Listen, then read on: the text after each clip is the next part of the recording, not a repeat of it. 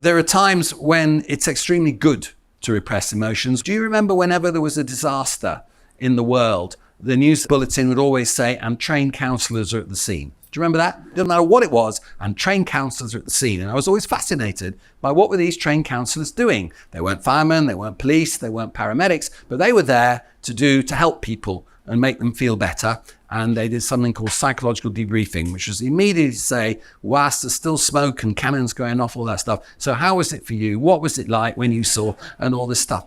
And I was always suspicious of it. I thought, why are we doing this? And we tried to do trials and we couldn't, because everyone said that's heartless. Maybe it doesn't work, but you can't stop being nice to people.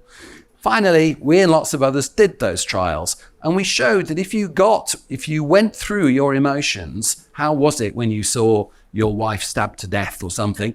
Obviously, quite upsetting on a scale of 1 to 10, If you did that, but compared to those who didn't, not only did it not work, you were twice as likely to develop PTSD, post-traumatic stress disorder. It was literally bad for you to do it at that time. And what we do now is not do that, obviously. And there are lots of reasons why that would have the result it did.